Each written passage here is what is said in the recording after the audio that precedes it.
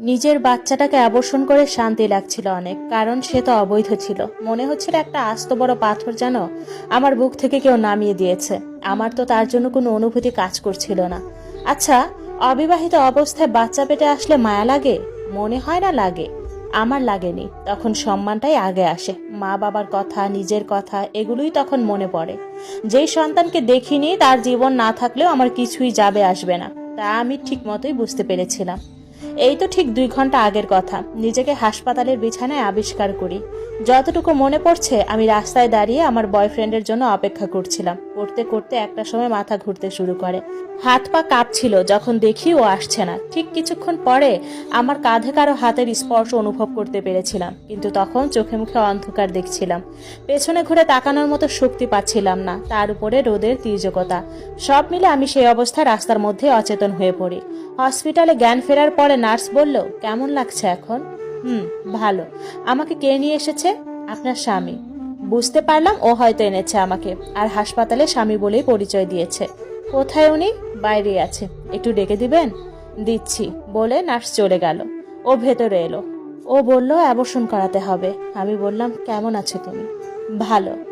আমি তখন বললাম, আমি কেমন আছি জিজ্ঞেস করবে না? ও তখন বেখেয়ালি ভাবে বলল, ও হ্যাঁ, তুমি সুস্থ হয়েছো এখন? কথার ধরনটা আমার খুব কষ্ট লাগলো। শরীর ভালো না লাগার সত্ত্বেও বললাম, চলো তাহলে। ডাক্তার আসেনি এখনো, আমি সব করে রাখছি। অ্যাবর্শন করতে গেলাম। একটা মধ্যবয়সী নার্স আমাকে বেশ কিছুক্ষণ দেখলো তাকিয়ে। এরপর জিজ্ঞেস করলো, আসলেই বাচ্চাটা ফেলে দিবেন? আমি একটু চমকে উঠলাম।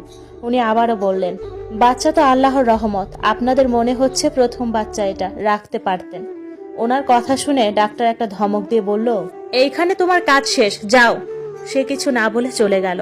অ্যাবর্শন হয়ে গেল। আমার শরীরটা কাঁপছে, কিন্তু মনটা হালকা হয়ে গেল। মাথার একটা বোঝা পড়ে গেছে এমন লাগছে। আমার বয়ফ্রেন্ড আমাকে একটা রিক্সা করে বাড়ি পর্যন্ত দিয়ে গেল। রাস্তায় কেউ কারোর সাথে একটা কথাও বললাম না।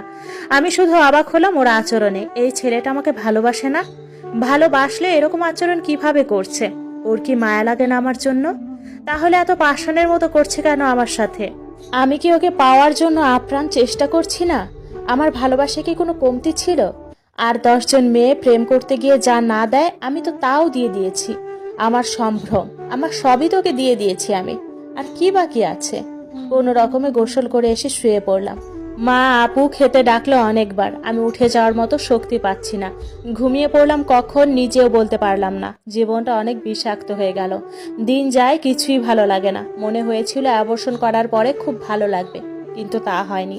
ও মাঝে মাঝে যোগাযোগ করতো, আবার মন না চাইলে অনেক অনেক দিন করতো না। একটা